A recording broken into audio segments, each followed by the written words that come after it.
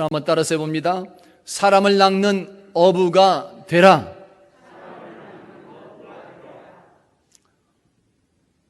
지금까지 몇 주간 동안 계속해서 어떻게 하면 우리들 각자가 영적인 어부로서 복음 전파의 사명을 잘 감당할 수 있을런지 그 방법론적인 측면에서 말씀을 했습니다. 복음을 어떻게 전해야 될까?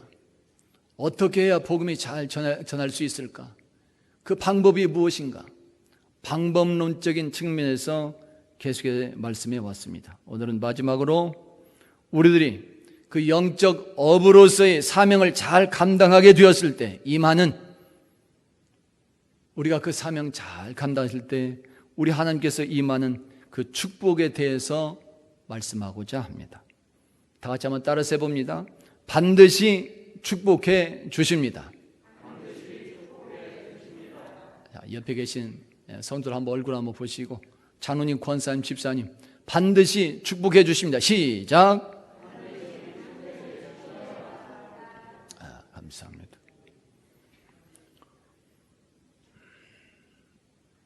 서울 도봉구에 있는 한 교회의 간증입니다. 말기 암에 걸린 그런 성도가 있었습니다. 길어야 1년에서 2년 살게 될 것이라고 하는 진단을 받았습니다. 본인과 가족들이 크게 낙심을 합니다. 그렇습니다. 누구나 다 마찬가지. 병원에서 그런 말을 들었다면 낙심되지 않을 사람이 없습니다. 예수를 잘 믿었던 사람들도, 오래 믿었던 사람들도, 은혜 받았던 사람들도 때로는 그런 말을 들으면 때로는 절망이 되고 힘이 쭉 빠지고 실망될 때가 참 많이 있습니다. 그러나 곧 예수 믿음 안에서 마음을 추스르고 일어섰습니다. 그러면서 생각합니다. 불평하지 말자. 원망하지 말자. 후회하면서 살지 말자. 후회하고 살기보다는 나에게 주어진 이 남은 시간을 이제라도 후회 없이 살아가는 것, 그것이 훨씬 아름답다. 이런 마음을 갖습니다. 아름다운 생각이에요. 내가 왜 이래야 되는가? 왜 나만 이렇게 아파야 되는가? 그런 생각 가지고 원망하며 좌절하는 것보다는 주어진 시간이 있다면 남은 시간만큼이라도 후회 없이 내가 살아가야 되겠다. 각오와 결단하는 건 정말 아름다운 모습입니다. 그래서 이분은 몇 가지를 작정을 하고 시행을 하게 됩니다. 제일 먼저 그분은 자신이 살아온 지난날 동안에 이런 저런 그런 일들로 인해서 마음을 상하거나 상처를 줬던 이웃들을 만나 화해를 하기 시작했습니다. 더 이상 시간이 없다는 것을 알고 있었기 때문에 그렇습니다. 천국 가서 화해할 수 없어요. 내가 죽은 다음에, 삶을 마친 다음에 그럴 걸 할 수 없습니다. 이미 다 어떻게 할 수 없어요. 살아있는 동안에, 남은 기간 동안에 그동안에 상처 준 것도 있다면 서로 위로하면서 감싸 안고 또 화해하는 이 모습이 중요한 것입니다. 그리고 마지막 때 주님의 심판대 앞에 서야 된다는 것을 이분은 알고 있었기 때문에 그렇습니다. 그 심판대 앞에서 내가 뭐라고 대답할 수 있을까? 그러한 믿음 안에서 사람들을 용서하기 시작을 했고, 또한 자기가 용서를 먼저 구하기도 하면서 모든 사람에게 관용과 사랑을 베풀며 나가기 시작했습니다. 두 번째로 그분은 믿음 생활에도 열심을 냈습니다. 교회에서 이루어지는 모든 예배와 기도에 최선을 다해서 참석합니다. 몸은 불편해도 죽을 힘을 다하여 예배 생활에 열심을 냈고, 교회 봉사에도 참여하여 최선을 다하는 모습을 보여줍니다. 왜 그래요? 앞으로는 더 이상 교회 예배에 참석할 수 없다는 것을 알고 있었기 때문에 그렇습니다. 여러분, 주일마다 한 번이라도 나와서 예배하는 것, 이건 우리 하나님께 주신 복 중에 복인 줄로 믿습니다. 우리가 이미 다 체험했어요. 코로나19로 인해서 예배 드릴 수 없는 그런 상황이 돼서 언제 예배 드리냐고 우울증 생기겠다고 전화 오는 분들이 많이 있었습니다. 당연합니다. 하루라도 빨리 교회 가서 예배 드리고 싶은데 코로나 때문에 나올 수가 없어요. 그런데 오늘 우리들은 마스크 쓰고라도 이렇게 나와서 예배하고 있습니다. 일주일에 한 번이 된다 할지라도 이렇게 나와서 성도들과 함께 예배할 수 있다는 것, 하나님께서 주신 축복이요 선물이고 은혜인 줄로 믿습니다. 그분도 그런 생각을 한 것입니다. 교회 예배에 열심히 참석을 합니다. 봉사에도 최선을 다합니다. 앞으로 참석할 수 없으니까 그걸 알고 있기 때문에 한 번 한 번의 모임 시간이 귀한 것입니다. 몸이 더 아파오면 할 수도 없고 또 삶을 마친 다음에는 교회 와서 성도들과 함께 예배하고 싶어도 예배할 수가 없기 때문에 그렇습니다. 세 번째로 그분은 남을 돕는 일에 열심을 냈습니다. 그분의 생각은 이러했습니다. 내가 도움을 받다가 죽지 말고 도움을 주며 살다가 보람있게 죽음을 맞이하자. 그것이 그분의 믿음이고 생각이었습니다. 그렇게 생각하니까 삶의 자세가 진지해지기 시작하는 것입니다. 주변 모든 사람이 그분의 변화된 모습을 보면서 감동을 받습니다. 아픈 몸에도 저렇게 아름답게 나오니까, 건강한 사람도 저렇게 하지 않는데 아픈 몸임에도 불구하고, 얼마 남지 않음에도 불구하고 저렇게 죽을 힘을 다해서 예배하며 봉사하며 참여하는 그 모습을 보면서 주변 사람들이 감동을 받는 것이, 나는 어떤 사람인가? 나는 왜 저렇게 못하는가? 나도 저렇게 해야 되겠다. 감동을 받는 것입니다. 이렇게 되어서 그 성도는 처음 진단보다도 훨씬 더 긴 5년 이상을 살게 됩니다. 그리고 하나님의 품으로 돌아갔습니다. 그분의 장례는 모든 성도 이웃들의 눈물과 축복 속에서 진행이 되었습니다. 그래서 지금도 그분의 아름다웠던 마지막의 삶의 모습은 그 교회와 성도들의 가슴 속에 잔잔한 감동으로 남아있다고 하는 그 교회의 고백이고 간증이 되고 있습니다. 하나님께서 허락하신 우리들 인생입니다. 어디에서 뚝 떨어진 인생이 아닙니다. 내가 스스로 만들어낸 인생도 아닙니다. 하나님께서 허락하신 우리들 인생입니다. 하나님께서 부르시면 우리는 언제라도 아멘하며 응답할 수밖에 없습니다. 그것이 우리 모든 인류에게 명하신 창조주 하나님의 선고 명령입니다. 조금 앞서거나 뒤에가는 차이가 있을 뿐입니다. 우리 모든 사람은 하나님께서 정하신 그 길로 가야만 하는 것입니다. 저는 저 자신도 그것을 알고 있기 때문에 기도할 때마다 준비합니다. 하나님, 나는 마지막도 이렇게 마치고 싶습니다. 지금도 저는 제 자신 스스로 기도하면서 간구합니다. 그리고 준비합니다.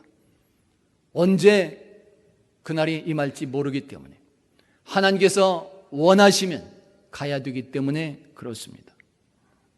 그러나 마침은 누구에게나 있게 되지만 그 마침을 어떻게 맞이할 것인가는 모든 사람이 다를 수 있습니다.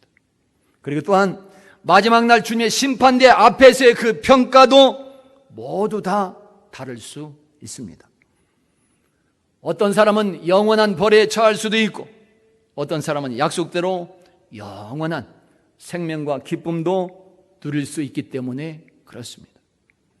그래서 성도들은 각자의 주어진 삶의 이 기간 동안에 어떻게 살아갈 것인가, 그것이 중요한 것이고, 마지막을 내가 어떻게 마칠 것인가? 그것이 중요한 것입니다. 왜 그래요?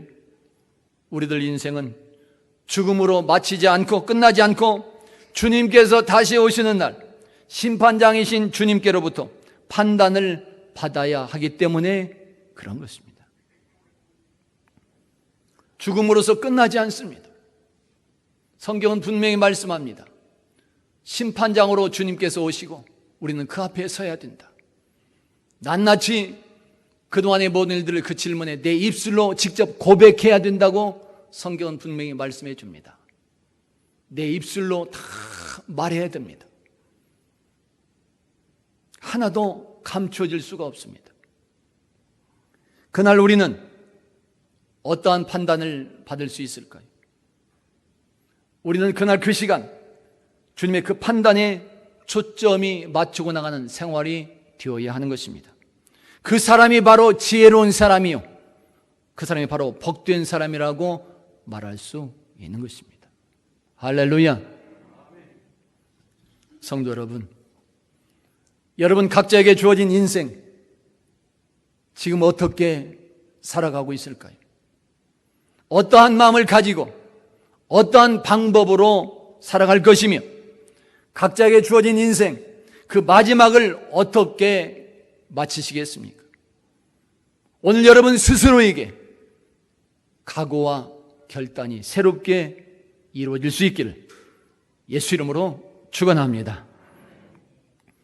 우리들 인생은 하나님의 로봇가 아닙니다. 로봇은 사람이 만든 사람이 회로에 입력시킨 그 일만 하게 되어 있습니다. 그렇잖아요? 오늘은 인공지능에 의해서 여러 가지 기능들이 첨가하고 있지만 로봇의 기능은 회로에 입력시킨 그대로 그것만 행하게 되어 있습니다. 그러나 하나님은 우리를 인생을 창조하실 때부터 로봇으로 창조하지 않았습니다. 하나님은 우리를 창조하실 때 각자에게 자유로운 마음과 생각을 가질 수 있게 창조했습니다. 그래서 우리들 사람은 언제나 내 각자가 마음 먹고 판단한 대로 자유롭게 행할 수 있습니다. 꼭 그 일만 하지 않습니다. 우리는 내가 판단한 대로, 내가 좋으면 좋은 대로 그것을 행할 수 있게 하나님께서는 이미 그렇게 창조해 주셨습니다.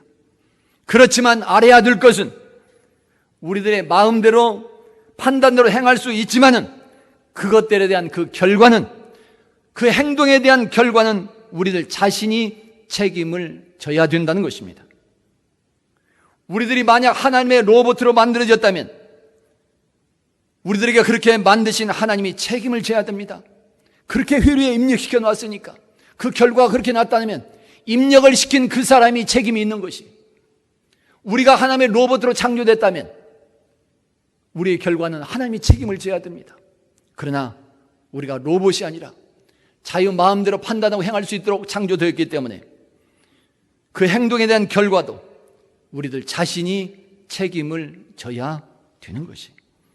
그래서 오늘 우리들의 각오와 이 결단, 우리들의 의지가 중요한 것이며 우리들이 판단하고 믿음 안에서 행하는 그것이 중요한 것입니다.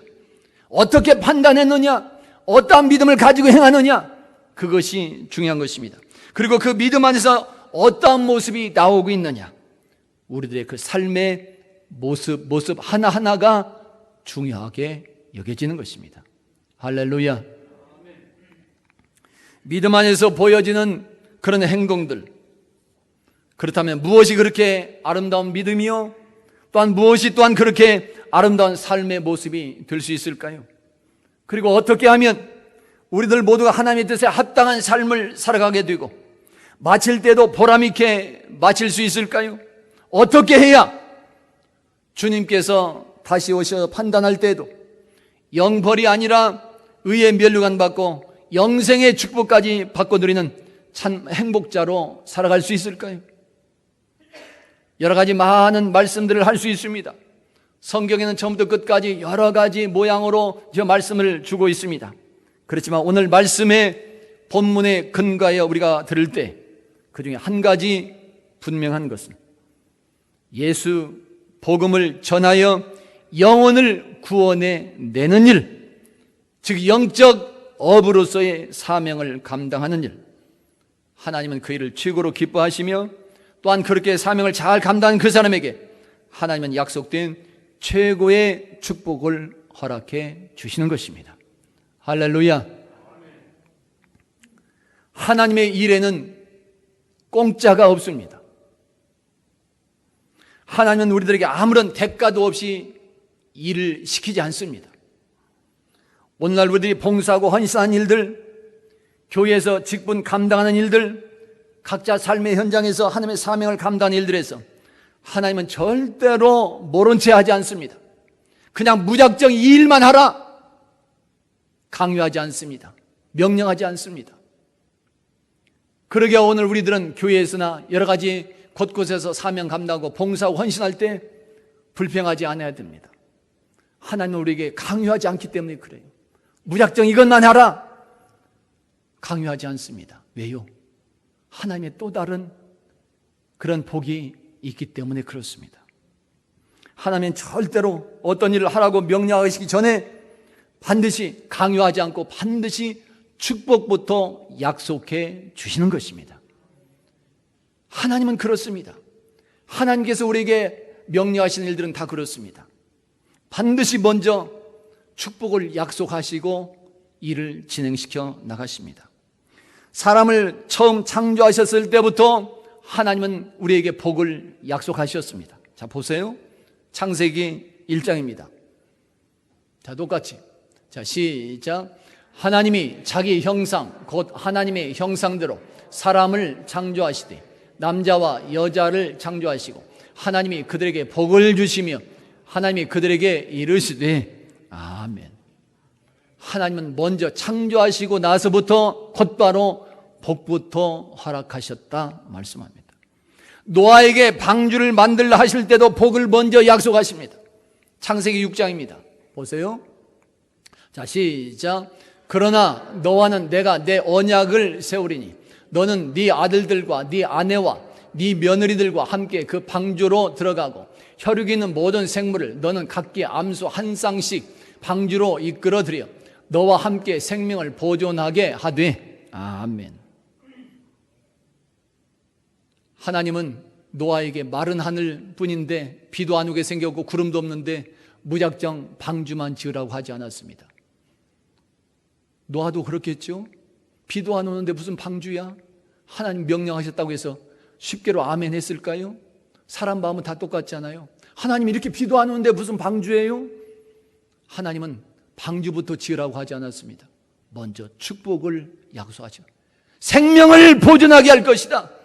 너와 네 가족들을 구원해낼 것이다. 암수 한 쌍씩도 살려낼 것이다. 그러니 방주가 필요하니까 방주를 지으라. 하나님은 노아에게 먼저 복을 약속하시고 명령을 하시는 것입니다. 하나님의 방법이에요.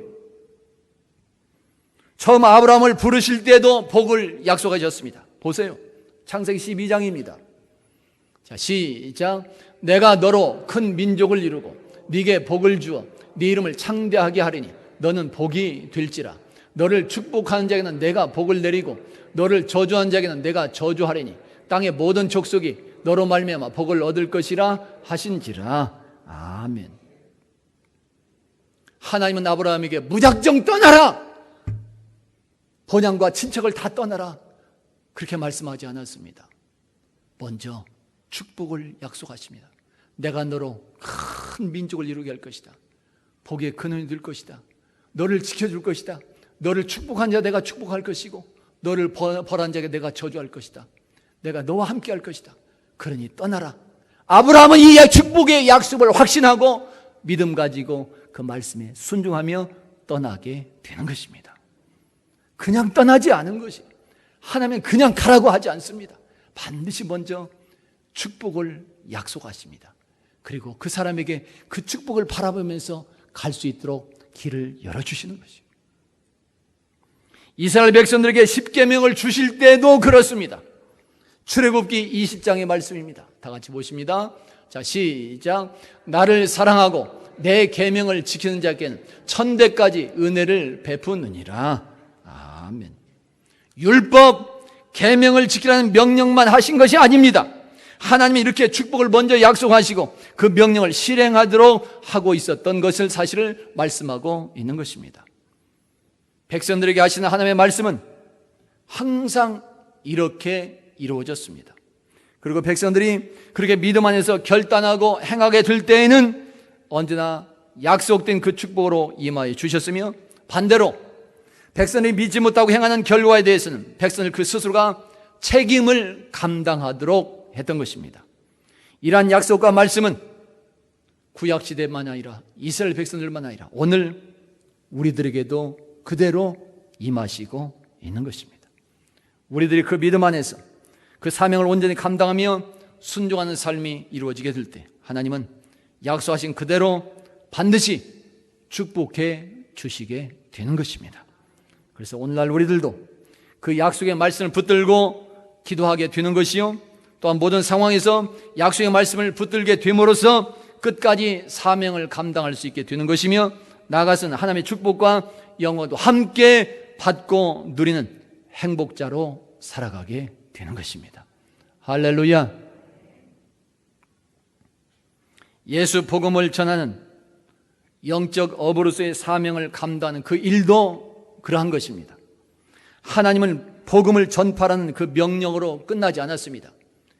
온 세계 모든 족속에 가서 복음을 전파하라, 그것으로 끝나지 않습니다. 복음을 전파할 때 임하는 하나님의 축복이 무엇인지 성경 곳곳에서 우리에게 말씀하시고 있습니다. 예수 복음을 전할 때 임하는 하나님의 그런 축복들 무엇이 있을까요? 많은 것이 있을 수 있습니다. 그 중에 10가지를 정리해서 이렇게 말할 수 있습니다. 간략하게 말합니다. 그 중에 하나, 첫 번째는 하나님과 사람들 사이에서 관계 회복의 기쁨과 행복을 누리게 되는 것입니다. 따라서 해봅니다. 관계 회복이 이루어집니다. 그렇습니다. 예수 복음을 전해보세요. 복음을 전하게 되면 먼저 나와 하나님 사이의 관계부터 회복이 됩니다. 지난주에도 말씀한 바가 있습니다. 관계 회복. 복음을 전하게 되면 나와 하나님과의 관계가 형통하게 잘 이루어집니다. 그리고 복음을 전하려고 많은 사람들을 만날 수밖에 없기 때문에 그 사람들과의 관계의 중요성을 알게 되고 나가선 그 아름다운 방법까지 터득하게 되는 것입니다. 그런 관계가 잘 이루어져요. 그래 기쁨이 넘칩니다. 하나님의 축복이 여러 곳곳에서 주변 환경에서 들려오고 만나지는 역사가 임하게 되는 것입니다. 다음은 두 번째는 하나님께서 살아계셔서 역사하심을 체험하는 그런 기쁨을 누리게 되는 것입니다. 따라서 해봅니다. 하나님이 살아계심을 체험합니다. 그렇습니다. 복음을 전해보세요.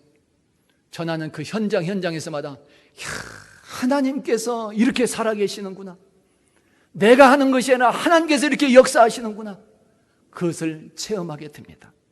하나님께서 그 현장과 그 모든 일에 강하게 역사하고 계신다는 것을 복음 전파 현장에서 날마다 시간마다 우리는 체험하게 되는 것이 놀라운 하나님의 축복입니다. 어디서 하나님의 살아계심을 우리가 알 수 있을까요? 가만히 앉아있는데 어떻게 하나님의 살아계심을 체험할 수 있어요? 활동할 때, 주의 말씀 붙들고 나갈 때, 주의 말씀에 따라서 순종하며 행할 때 그 삶의 현장에, 그 사명 감당의 현장에 하나님께서 나와 함께 하신다는 살아계심을 체험하게 되는 것입니다. 다음은 세 번째, 세상의 모든 일들에서 하나님의 말씀만이 진리라고 하는 사실을 체험하는 그런 기쁨과 행복을 누리게 됩니다.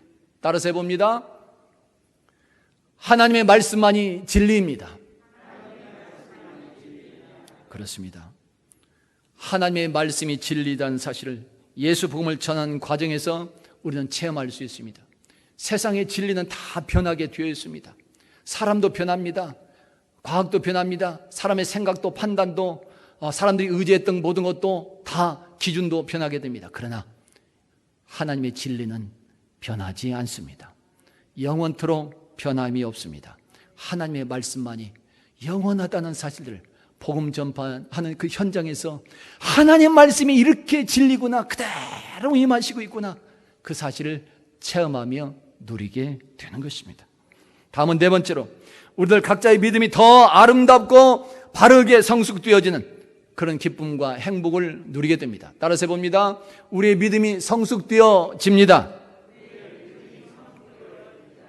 복음 전도자들은 항상 자기 개발을 할 수밖에 없습니다. 복음을 전하려고 하다 보니까 내 능력을 찾고 개발하게 되는 것이에요.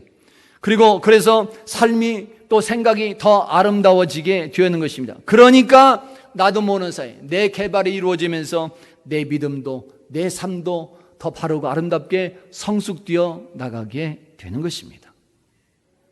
다음은 다섯 번째로, 복음을 전하게 되면 하나님의 말씀에 순종한 자로서의 참 자유와 평안과 행복을 누리게 되는 것입니다. 따라서 해봅니다. 참 자유와 평안을 누립니다.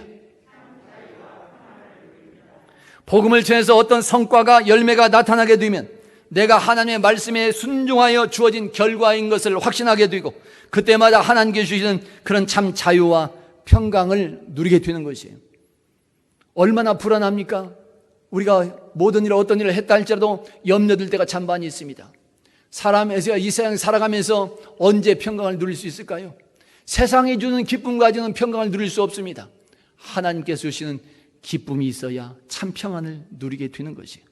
복음을 전하게 되고 나로 인해서 어떤 사람이 예수 믿게 되고 결실이 이루어지게 되면 하나님께서 나를 통해서 저 사람에게 저를 인도하게 하심으로 인해서 내가 주의 말씀에 이렇게 순종함으로 인해서 한 생명의 결실을 이루어냈구나, 그 사실을 확신하게 되고 내 심령에 하나님이 주신 자유와 평안이 임하게 되는 것입니다. 그 기쁨들, 그 평안을 여러분들이 한번 맛보고 체험할 수 있기를 예수 이름으로 축원합니다.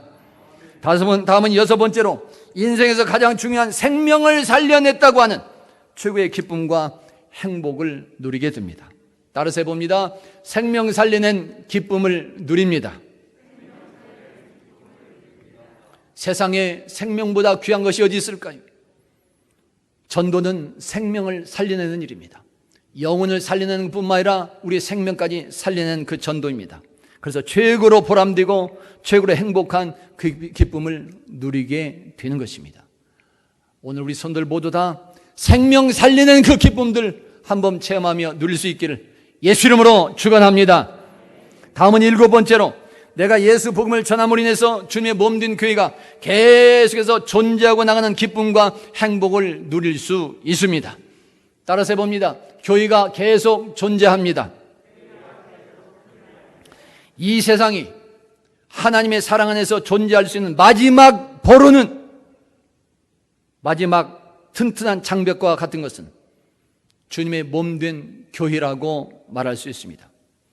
교회가 무너지면 하나님과의 관계가 끝나는 것이기에 결국 구약시대의 소돔과 같은 시대, 소모라성과 같은 결과가 임할 수밖에 없는 것이요, 이스라엘이 패망하는 것과 같은 결과가 임하게 되는 것입니다. 그러기에 우리는 예수 복음을 전하여 세상 곳곳에 교회가 계속해서 존재해 나갈 수 있도록, 또 하나님과의 관계가 무너지지 않도록 해야 되는 사명이 우리에게 주어져 있는 것입니다. 예수 복음을 전하면 예수 믿음 안에서 모여지는 사람들, 그 모임이 교회가 되는 것이고, 그 모임이 모여서 이 건물도 되고 하나의 공동체가 형성이 되는 것입니다. 교회는 하나님과 세상 사람들과의 관계가 이루어지는 마지막 보루와 같은 곳이에요. 교회가 무너져 버리면, 예수 믿음의 사람들의 공동체가 무너져 버리면 세상은 더 이상 소망이 없습니다. 하나님을 만나야 소망이 있는데, 하나님의 사랑 안에 거해야 되는데, 교회가 무너져 버리면 하나님과의 통로가 없어지는 것이죠. 그러면 그 결과는 소돔과 고모라와 같이 멸망밖에 남지 않은 것입니다. 그러기에 교회가 계속해서 존재하도록 하려면 우리에게 주어진 사명 중에 하나, 복음을 전해서 믿음의 사람들이 모여지게 만들어야 된다는 것이. 다음은 여덟 번째로, 예수 복음을 전함으로 나의 모든 삶이 잘되고 번성하는 그런 축복을 받고 누릴 수 있습니다. 따라서 해봅니다. 범사가 잘 되어집니다. 요한 3서 2절에서 지금 말씀합니다. 똑같이 봉독합니다. 시작. 사랑하는 자여, 네 영혼이 잘됨 같이 네가 범사에 잘되고 강건하기를 내가 간구하노라. 아멘. 영혼이 잘되는 것뿐만 아니라 범사의 모든 일에 잘되게 되어 있다, 약속해 주고 있습니다. 다음은 9번째로 예수 복음을 전하게 되면 자손들까지도 하나님의 축복을 받고 누리게 되어 있습니다. 따라서 해봅니다. 자손들에게 복이 있습니다. 자, 창세기 28장에서 말씀합니다. 똑같이 봉독합니다. 시작. 아브라함에게 허락하신 복을 네게 주시되 너와 함께 네 자손에게도 주사 하나님이 아브라함에게 주신 땅 곧 네가 거류하는 땅을 네가 차지하게 하시기를 원하노라. 아멘. 네 자손에게도 이렇게 허락하겠다. 하나님께서 아브라함에게 약속하셨는데 그 약속이 오늘 우리들 믿음의 백성들에게 주시는 말씀이기도 하는 것입니다. 하나님의 뜻대로 행하면, 그리고 주어진 사명 감당하면, 이렇게 복음을 잘 전하는 사명 감당하는 모습을 보이면 하나님께서 주시는 복 중에 하나는 범사가 잘 되어지게 되어 있다는 것이에요. 마지막 10번째로 복음을 전하는 자에게 임하는 복 중에 하나는 하나님의 계획 속에 영원히 빛나는 사람이 되어지는 것입니다. 다 같이 한번 해봅니다. 영원히 빛나는 사람이 됩니다. 다니엘 12장에서 지금 말씀합니다. 똑같이 봉독합니다. 시작. 지혜 있는 자는 궁창의 빛과 같이 빛날 것이요 많은 사람을 옳은 대로 돌아오게 한 자는 별과 같이 영원토록 빛나리라. 아멘. 할렐루야. 이런 축복이 임하기를 예수 이름으로 축원합니다. 영적 업으로서의 사명, 예수 복음을 전하는 사명을 감당한 자에게 임하는 하나님의 약속된 그런 축복들, 오늘도 우리에게 이렇게 지금 말씀합니다. 요한복음 21장에서 말씀합니다. 똑같이 보십니다. 시작. 예수께서 이르시되 지금 잡은 생선을 좀 가져오라 하시니 시몬 베드로가 올라가서 그물을 육지에 끌어올리니 가득히 찬 큰 물고기가 153마리라. 이같이 많으나 그물이 찢어지지 아니하였더라. 아멘. 찢어지지 아니했다 말씀합니다. 가득히 잡혔는데도 그물이 찢어지지 않는 그런 축복, 하나님께서 우리에게 주시는 그런 축복은 그렇게 우리들 생활 현장에서 그리고 이런 천국에서 찢어지지 않는 온전한 축복을 허락해 주시는 것입니다. 세상의 축복은 찢어지게 되어 있습니다. 세상의 축복은 반드시 없어지게 되어 있습니다. 내가 아무리 열쇠를 몇 개 가지고 잠궜어도, 지하에 타협하고 창구에 가두고 또 열쇠를 가지고 잠궜어도 내가 모르는 사이에 세상의 축복은 다 빠져나가게 되어 있습니다. 온전하지 못한 것이에요. 그러나 하나님의 축복은 찢어지지 않습니다. 온전한 축복을 허락해 주시는 것이에요. 예수 복음을 전하는 영적 어부로서의 사명을 감당하는 자에게는 이렇게 온전한 축복으로 임하여 주시는 것입니다. 할렐루야. 성도 여러분, 오늘 여러분의 인생은 어떠한 계획을 가지고 진행하고 있을까요? 그리고 주님의 심판대 앞에서 우리는 어떠한 답변을 할 수 있을까요? 이 땅에서나 천국에서 영원한 축복을 받고 누리는 비결, 그것은 언제나 믿음이요 또 말씀에 순종하는 모습입니다. 그리고 그 실제적인 모습 중에 하나는 오늘 말씀처럼 영적인 업으로서 예수 복음 전파의 사명을 감당하는 모습이라고 말할 수 있습니다. 할렐루야. 복음을 전하는 일은 결코 헛되지 않습니다. 반드시 싹이 나고 가지가 자라게 되어 있으며 열매가 열려지게 되어 있습니다. 그리고 주님께서 다시 오시어 질문하신 그날에도 최고로 아름다운 증거가 될 수 있는 것입니다. 오늘 우리 성도들 모두에게 복음 전파의 각오와 결단이 실제 행동으로 새롭게 나타난 그 모습이 보여질 수 있기를 예수 이름으로 축원합니다. 그리고 하나님께서 약속해 주신 그대로 이 땅의 삶에서도 그런 복을 받고 누리시고 천국에서 면류관 받으며 영원한 행복을 누리는 삶이 다 될 수 있기를, 그런 행복자들로 살아갈 수 있기를 예수 이름으로 축원합니다. 할렐루야. 따라서 해봅니다. 온전히 축복해 주십니다.